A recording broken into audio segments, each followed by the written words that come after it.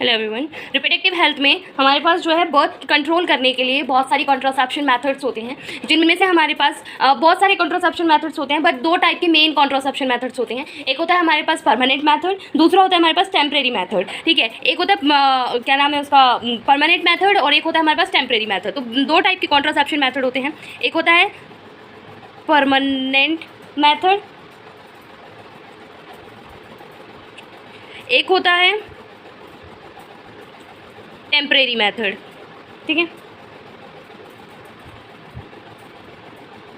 है, तो बहुत सारे कॉन्ट्रासेप्शन मेथड होते हैं, बट मेनली दो टाइप के कॉन्ट्रासेप्शन मेथड होते हैं रिप्रोडक्टिव हेल्थ में। एक होता है परमानेंट मेथड और दूसरा होता है टेम्परेरी मेथड। ठीक है, तो जो टेम्परेरी मेथड्स होते हैं, जो टेम्परेरी मेथड होता है, टेम्परेरी मेथड होते हैं वो कई सारे टाइप्स के होते हैं। जैसे कि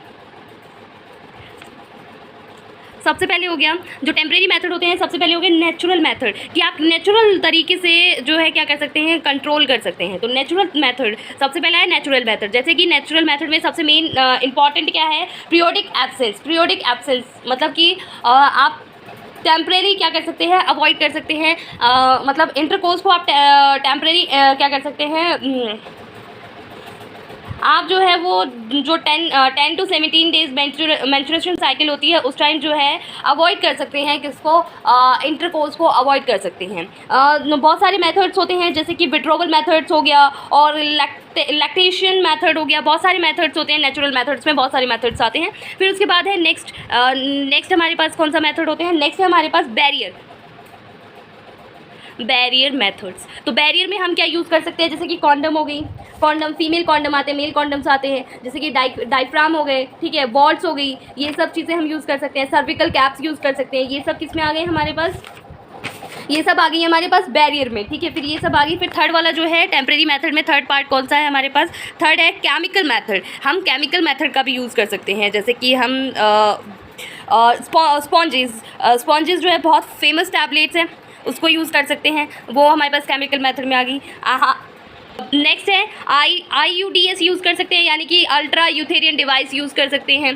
ठीक है, नेक्स्ट क्या है, IUDS यानी कि इंट्रा यूथेरियन डिवाइस यूज़ कर सकते हैं। ठीक है, इसमें भी ये दो टाइप के होते हैं, एक तो मेडिकेटेड होते हैं और दूसरा नॉन मेडिकेटेड होते हैं। फिर उसके बाद जो नेक्स्ट टेम्परेरी मेथड होता है वो होता है ओरल कॉन्ट्रासेप्शन पिल्स, कि हम इसमें जो है जो हम क्या ले सकते हैं, कॉन्ट्रासेप्शन पिल्स ले सकते हैं जो कि मार्केट में अवेलेबल होती हैं, वो यूज़ कर सकते हैं हम। ठीक है, oral contraception pills, contraceptive pills, ठीक है, या फिर हम इन्हें बोल सकते हैं ओरल पिल्स भी। ये क्या होती हैं, ईजीली मिल जाती हैं, अफोर्डेबल होती हैं। ठीक है, फिर उसके बाद जो है नेक्स्ट क्या होती है हमारे पास, इम्प्लांटेशन। फिर क्या होती है हमारे पास, इम्प्लांट करा सकते हैं, इम्प्लांटेशन। ठीक है, नेक्स्ट मेथड कौन सा है, इम्प्लांटेशन करा देना। ठीक है, फिर उसके बाद जो है नेक्स्ट मेथड कौन सा होता है हमारे पास, हार्मोनल इंजेक्शन का मेथड होता है। नेक्स्ट कौन सा होता है, हार्मोनल इंजेक्शन। क्या आप हार्मोनल इंजेक्शंस भी लगवा सकते हैं, हार्मोनल इंजेक्शंस।